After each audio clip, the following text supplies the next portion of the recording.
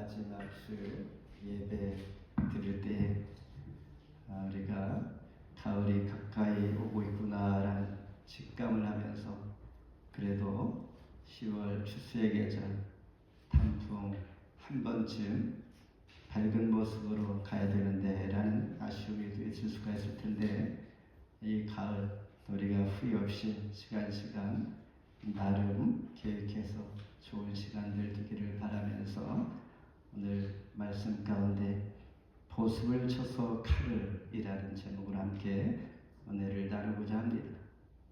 오늘 10월 마지막 주일은 절기로 종교개혁 주일이라고 합니다. 지금으로부터 508년 전 1517년 10월 31일 우리가 잘 아는 마틴 루터가 95개조 방방문을 게시한 것을 기념하여서 교회의 개혁과 갱신을 다짐하는 날입니다. 특별히 이날은 개신교, 우리가 말하는 개신교, 다른 말로 신교, 다른 말로 복음주일, 영어로 프로테스탄트, 바로 로마 가톨릭 교회로부터 분리되어 탄생한 날이 바로 이 날입니다.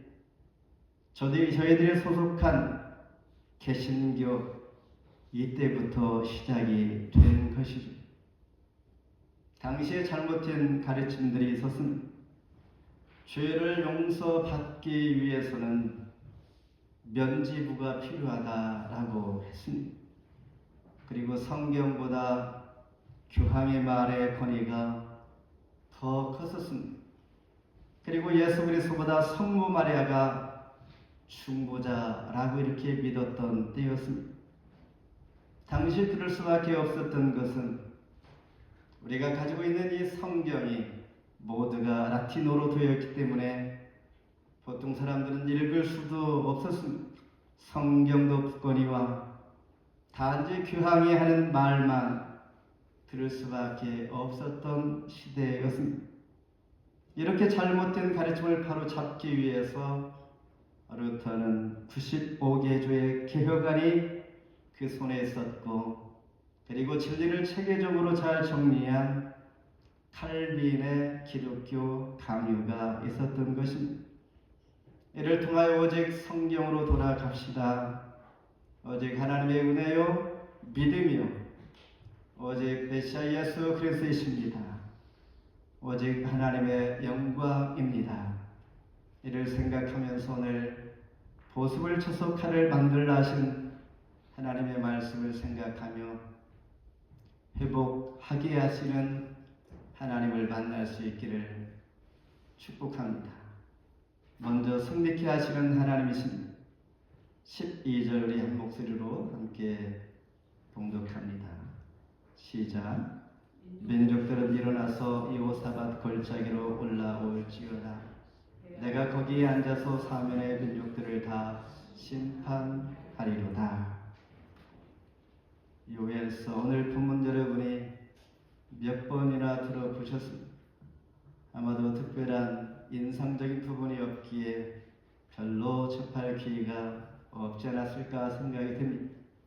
그 중에서 우리가 머리에 남는 게 있다면 메뚜기 재앙이 있습니다. 그리고 3장밖에 되지 않는 요엘서를 통하여 여호와 날이라는 용어가 여러 번 등장합니다. 우리가 두 용어 메뚜기 재앙과 여호와 날이라는 용어 요엘서에서 여러분이 기억하면서 말씀을 함께 따라가기를 원합니다. 수많은 메뚜기 때 곡식들을 닥치는 대로 다 먹어치웁니다. 이것은 마지막 여호와 날을 예언하는 그런 징조이기도 합니다. 이 말은 가까운 미래의 이방 민족이 우상으로 죄 가운데 있던 하나님의 백성들을 하나님이 징계하는 도구로 사용하기도 했습니다. 이 말씀 멀리 먼 미래에 하나님의 예언의 말씀은 우주적인 종말을 또한 상징하기도 하는 것이죠. 이 종말은 산과 섬이 옮겨질 정도로 무서운 종말을 예언하고 있는 것입니다. 그렇다면 하나님의 백성들은 어떻게 될까? 그리고 예수 믿는 저와 여러분은 어떠한 위치에 있게 될까? 내 자신이 중요하지 않습니까? 마치 경찰이 들이닥치니 죄 있는 자는 도망칠 것이요 죄 없는 자는 경찰이 닥칠지라도 태어날 수가 있습니다. 바로 그리스도 안에 있는 의인들은 태어날 수가 있다는 것입니다. 그러니 주의 백성들은 그 날이 바로 구원의 날인 것입니다. 요한복음 5장 29절에 선한 일을 행하는 자는 생명의 부활로 악한 일을 행한 자는 심판의 부활로 나오리라. 모든 것이 시작이 있다면 끝이 있는 것이죠. 따라서 가장 슬기로운 팁, 요엘서에서 우리에게 주는 슬기로운 팁은 무엇인가? 메뚜기 재앙과 여호와의 날을 잘 대비하면서 살자라는 것, 이것이 요엘이 말하고 싶어하는 중심 메시지인 것이죠. 이렇게 2장에서 은혜의 말씀을 선포하신 후에 3장을 본문에서 전개되어지는 말씀들을 볼 때에 하나님은 말씀하십니다. 여호사밧 골짜기로 올라올지어다. 하나님의 부르심 무엇인가 징조가 이상하지요. 겁나긴 하는 것이죠. 왜 하필이면 여호사밧 골짜기로 올라오라 할까? 여호사밧 골짜기는 과연 어디일까? 하나님이 거기서 만국 백성을 심문하시겠다고 하는데 역대하 20장에 보면 모압과 암몬인 자손이 큰 무리를 이끌고 쳐들어옵니다. 하나님의 백성들, 특히 유다의 여호사밧 왕은 하나님 앞에 나아가 금식하면서 엎드려서 하나님 앞에, 그 두려움 앞에 간절히 도움을 구하는 기도를 하게 됩니다. 그 기도를 들으신 하나님께서는 전쟁도 하지 않고 완전한 승리를 거두게 했던 장소가 바로 여호사밧 골짜기인 것입니다. 역대하 20장 26절에 넷째 날의 무리가 브라가 골짜기에 모여서 거기서 여호와를 송축한지라. 그러므로 오늘날까지 그곳을 브라가 골짜기라 일컫더라. 그때 승리했던 골짜기 브라가 골짜기인데 이곳이 바로 여호사밧 골짜기요 하나님께서 심판하신다라는 뜻을 가지고 있는 여호사밧. 이 말은 이미 승리케 하시는 하나님이신 것을 보여주고 있는 것입니다. 전쟁을 막으셔야 할 분인데 오히려 전쟁을 촉구하는 하나님, 과연 어찌민가라는 질문을 할 수가 있습니다. 5, 6절에 보니 사람들을 물건처럼 취급하는 사람들이 있었습니다. 또한 5, 6절에 보니 어떤 이들이 그 조직과 민족을 분열시키는 자가 있습니다. 또 하나님의 은과 금, 진귀한 보물들을 성전에서 다 탈취해가는 자들이 있었습니다. 그들이 누구였는가? 바로 4절에 두루와 시돈 블레셋 사람들. 이 악행을 보고 하나님께서 내가 다시 너희들을 그만두지 않고 보복하겠다라고 말씀하시는 것입니다. 보통 사람들은 죄의 심판이 있을 것이다라고 얘기하면 별로 두려워하지 않습니다. 심판이 올지라도 언제 올지를 모르니 죄에 무관심하게 살아가는 것이죠. 잠깐 우리 실수한 것들 하나님 그냥 잊게 하시고 지나치게 하시는 하나님. 그래서 하나님은 때로는 사람들이 제각기 하고 싶은 것을 하도록 그냥 내버려 둘 때가 있으니 더 이상 지쳐서 그냥 놔두자 할 때가 있는 것이죠. 그냥 악한 사람은 악한 대로 살게 그냥 놔두고 선한 자는 선한 대로 살게 그냥 놔두시는 그때가 있는 것입니다. 급기야 13절에 너희는 낫을 쓰라 곡식이 이것도다. 와서 밟을지어다. 포도틀이 가득히 차고 포도주 독이 넘치니 그들의 악이 크리로다. 급기에 때가 되었다는 것이, 임계점에 다다랐다는 것이, 더 이상 두고 볼 수가 없는 상황이 됐다는 것이, 곡식이 익었다라는 것은 추수할 때가 되었다라는 것입니다. 추수 때가 되었으니 여호사밧 골짜기로 하나님은 용사들을 부르십니다. 11절에 사면의 민족들아 너희는 속히 와서 모일지어다. 여호와여 주의 용사들로 그리로 내려오게 하옵소서. 하나님의 천군 천사들을 동원시킵니다. 때로는 하나님의 지진과 우박 등 초자연적인 방법으로 그 상황을 개입하시기도 합니다. 이렇게 승리케 하시는 하나님은 범죄하는 모든 민족에 대하여 예외 없이 준엄한 심판을 가하겠다 말씀하십니다. 앞서 언급한 것처럼 믿음의 사람들은 어떻게 되겠습니까? 추수할 때를 생각하시면 됩니다. 추수하는 그 밭에 알곡도 있고 죽정이도 있는 것입니다. 죽정이도 그때까지 놔뒀던 것이요, 알곡도 그때까지 농부가 기다렸던 것입니다. 죽정이는 다 불에 태워질 것이요, 알곡은 그때에 어디로 갑니까?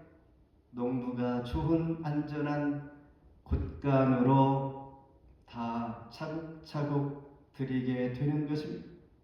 그때가 바로 구원의 날인 것입니다. 하나님께서 개입하셔서 승리케 하시는 하나님은 알곡들을 곳간에 드리는 그 시간, 떠나간 자들에게는 심판의 날이다라고 말씀하십니다. 그런 자들 바로 여호사밧 골짜기로 하나님은 부르시며 그날이 바로 승리케 하시는 하나님이신 것을 만나게 되는 것입니다. 두 번째는 피난처 되시는 하나님 되십니다. 16절 여호와께서 시온에서 부르짖고 예루살렘에서 목소리를 내시리니 하늘과 땅이 진동하리로다. 그러나 여호와께서 그의 백성의 피난처 이스라엘 자손의 산성이 되시리로다. 성경을 보면 하나님의 심판에 대해서 많이 언급하고 있습니다. 예고편 같은 맛보기 심판이 있고 본 영화와 같은 진짜 심판이 소개가 되는 것이죠. 예고편 같은 심판은 성경에 매우 수두룩하게 언급하고 있습니다. 창세기 3장 14절에 여호와 하나님이 뱀에게 이르시되 너희가 이렇게 하였느냐? 어떻게 한지 알죠? 너희가 모든 가축과 들의 모든 짐승보다 더욱 저주를 받아 배로 다닐 것이요 살아있는 동안 흙을 먹을지어다. 하와를 유인하여서 결국 하나님께서 금지한 마지막 그 규정법을 어기게 만든 뱀에게 하신 맛보기 심판의 예고편을 이렇게 말씀하시죠. 그러다가 좀 지나면 예고편의 하이라이트가 6장에서 소개가 됩니다.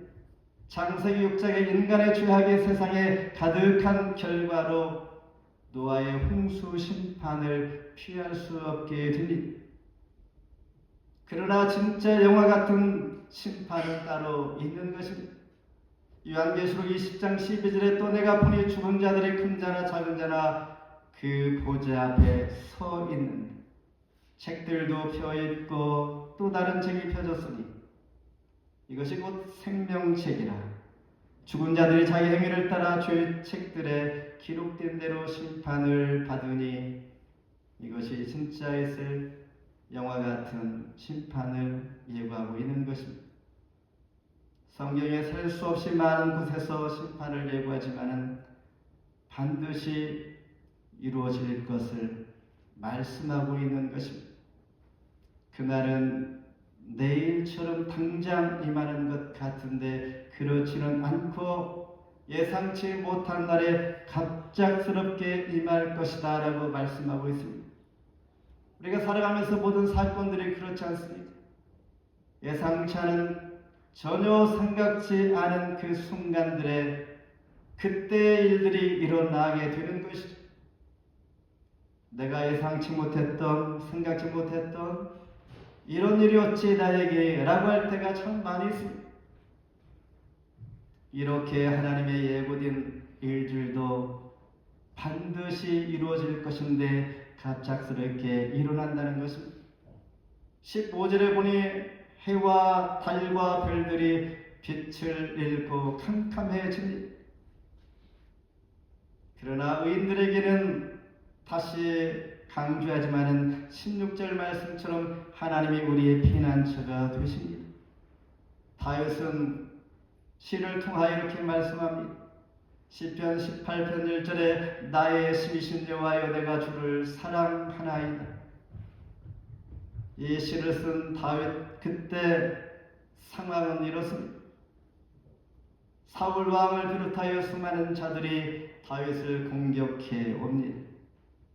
이 많은 어려운 가운데서도 포기하지 않고 견딜 수 있었던 그 힘은 어디에서 났는가? 하나님께서 그의 피난처가 되어 주었기 때문입니다. 피난처는 성경에서 다른 말로 도피성입니다. 도피성은 민수기 35장과 신명기 4장에서 요단강 서편에 3군데, 동편에 3군데, 총 6군데를 만들어 놓은 성읍을 말합니다. 왜냐하면 사람이 실수로 살다 보면 부지 중에 사람을 죽일 수도 있고 큰 사건을 칠 수가 있는 것이죠. 실수로 사람을 죽인 자는 어떻게 되는가? 정말 내가 그러고 싶지 않았는데 상대방이 죽었다는 것이죠. 죽였으니 눈은 눈으로 이는 이로 죽임을 당하여 마땅한 것이죠. 그래서 도피성으로 잠깐 피했다가 공정한 재판을 받기까지 거기에서 기다릴 수가 있는 것입니다.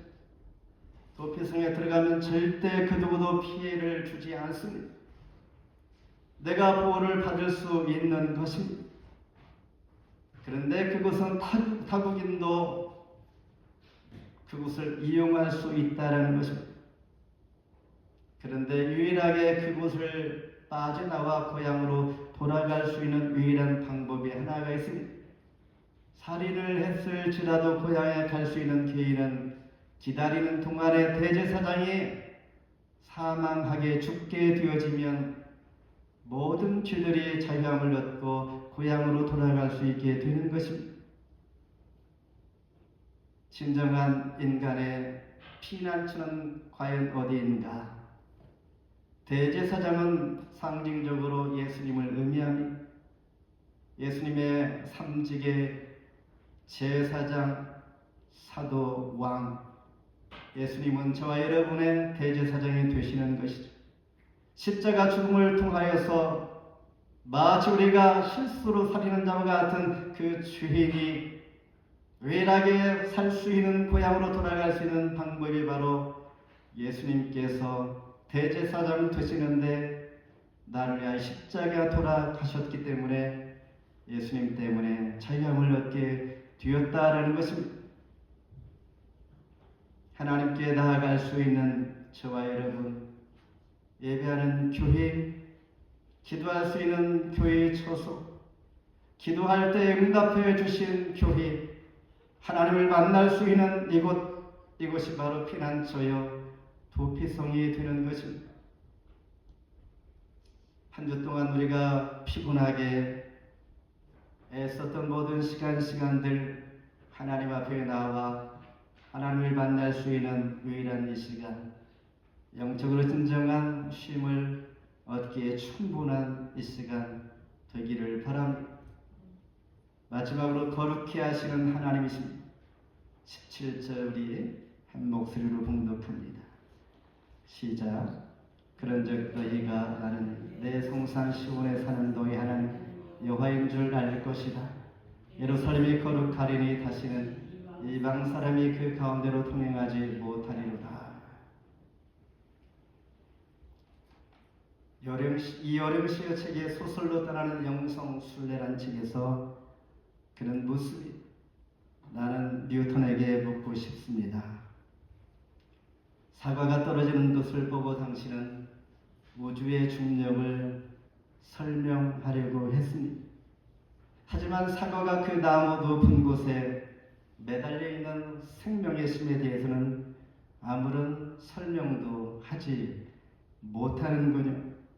또한 작은 씨앗이 땅을 뚫고 허공을 향하여 자라는 심, 씨앗이 사과 되게 하는 심, 이런 심들은 그 누구도 설명하지 못하고 있는데 이 심은 바로 오직 하나님만이 하시는 최고의 선물인 것입니다. 우리는 그 하나님의 심을 의지하면서 이 시간도 하나님께서 저와 여러분의 배후의 삶 가운데 얼마나 강하게 우리를 인도하시고 내 가운데 붙잡아 주시는지 그 심에 대하여 우리는 경험하면서 살고 있는가라는 것입니다. 시온에 사는 너희 하나님 여호와가 그렇습니다. 우리가 지금 커튼 뒤에 걸려 있는, 즉 가려져서 보이지 않는 희미한 그 시온에 사는 하나님의 심, 마지막 날엔 우리가 여호와인 줄 알 것이라. 지금 17절 말씀에서 너희 하나님 여호와인 줄 알 것이라. 지금은 커튼 뒤에 희미할지라도 하나님께서 저와 여러분의 피난처가 되실 때에 그곳은 거룩한 곳이 될 것이요, 다시는 이방 사람들이 통행하지 못할 것이요, 여호와의 날에 하나님의 백성을 거룩하게 할 것인데, 거룩한 자와 거룩하지 않은 자가 그 자리, 그 시간이 되면 확연하게 구별이 될 것입니다. 그렇습니다. 거룩하게 하시는 하나님은 우리 안에 새 영을 부어 주실 때에 에스겔서 11장 19절에 내가 그들에게 한 마음을 줄 것인데 그 속에 새 영을 주며 그 몸에서 돌 같은 마음을 제거하고 살처럼 부드러운 마음을 내가 줄 것이다. 주와 함께하며 주의 은혜를 보면 우리 악한 마음과 나쁜 마음과 미운 마음과 강직한 견고한 마음들이 부드러운 마음으로 하나님 앞에 너무나 부드러운 마음으로 심령이 새롭게 되며 나의 속사람이 바뀌어질 뿐만 아니라 오직 하나님만이 하실 수 있는 그 은혜를 입게 되는 것입니다. 그분이 바로 거룩해 하시는 하나님 되십니다. 말씀을 맺습니다. 우리 속담에 이런 말이 있습니다. 소도 비빌 언덕이 있어야 비빈다라는 말이 있습니다. 이는 어린 소가 뿔이 날 때 그 부분이 가려워서 언덕이나 나무에 자꾸 비비게 되면서 생겨난 말입니다. 우리도 살아가면서 비빌 언덕이 있어야겠죠.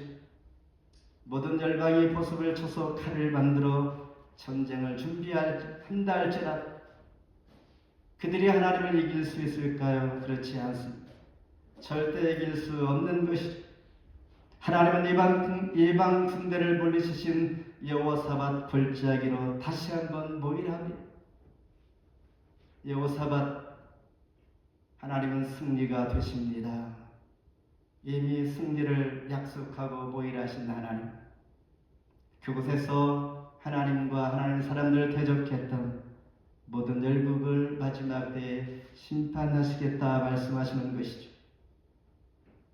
예수님도 말씀하셨습니다. 칼로 일어선 자는 칼로 당한다 하였습니다. 그런데 여기에서 칼은 싸움을 위한 칼이 아니라 어지러운 세상 가운데 박해를 견딜 수 있는 성령의 검 말씀입니다. 믿음의 사람들은 이 성령의 검 말씀을 강하게 붙잡고 있어야 합니다. 주의 백성들에게 승리케 하시는 하나님, 피난처가 되게 하시고 거룩하게 하시는 하나님, 그분이 바로 저와 여러분들이 비빌 언덕이 되는 줄 믿습니다. 주 안에서 하나님 말씀을 붙들고 넉넉히 승리하시는 한 주간 되기를 주의 이름으로 축복합니다.